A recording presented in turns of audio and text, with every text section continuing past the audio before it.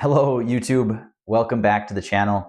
Today we're talking about The Illustrated Man by Ray Bradbury. First, let's mention the set. We got our books set up. We got our shelves built. We got some knickknacks over here to demonstrate our nerdness, I guess. And I think I said in an earlier video that the goal was to start doing filming outside, and that would kind of be the backdrop. So I think every couple subscribers I get, I'm just going to change sets, and that's going to be the goal. So we're at 8 subscribers as of the recording of this. So we get a couple more, and maybe I'll be in another location entirely. But to the book of the day, today we're going to talk about The Illustrated Man, again, by Ray Bradbury. And it's a collection of 18 short stories. Some of them are a little bit shorter, only a few pages long. Some of them are a little bit longer than that. So there's a good variety. But if you like the show Black Mirror or Twilight Zone, which is sort of what Black Mirror is kind of replicating, I think this one would be a big hit for you. It's classic sci-fi. It asks those awesome science fiction questions about technology and how we can use it and how it can be abused and how it can be turned against us in a lot of ways.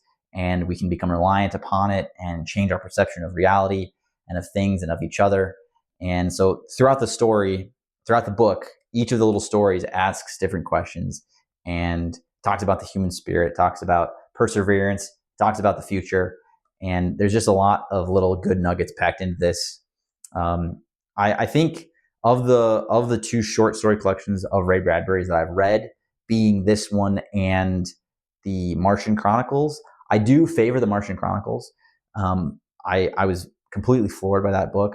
But this one is very good as well. I just think it looks at things a little bit differently. So this is more of a, here's technology in the future, what might it be and how badly might it go? Whereas the Martian Chronicle is more, here's the future, here's how humanity is and how we deal with each other. And so that is more of a bigger picture, humanity experience type story throughout that collection. And then this is more of a technology and how we relate to technology. And obviously there's a couple different variations of that in this.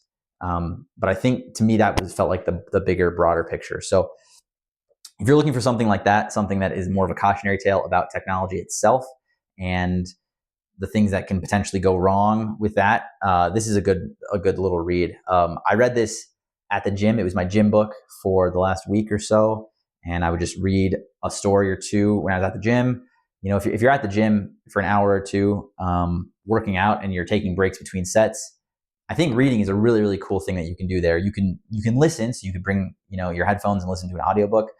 But I got this on an ebook version on Hoopla, and it was really easy to just, flip through and read a story or two stories every day. And then, by the end of a week or so, you're done with the book.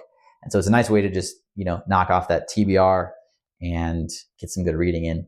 Because I think the alternative, and maybe this speaks to the science fiction aspect that this is talking about, is just sitting on my phone and looking at reels or YouTube shorts or looking at, articles of various things that aren't that important.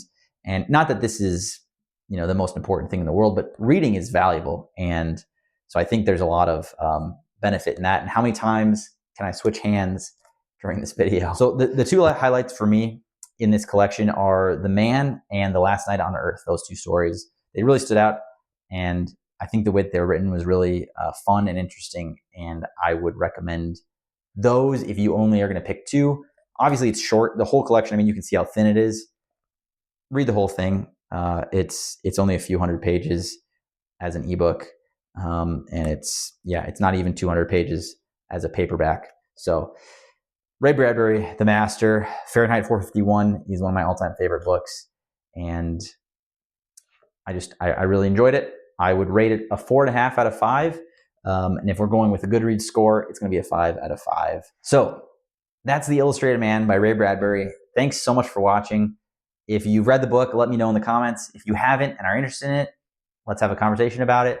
If you disagree, if you think it's a weird book or if it's not very well done, let's talk about that as well. And let me know future books that I should read, things that I should add to my TBR, and any changes I should make to the set. And thanks so much for watching. We will see you in the next video.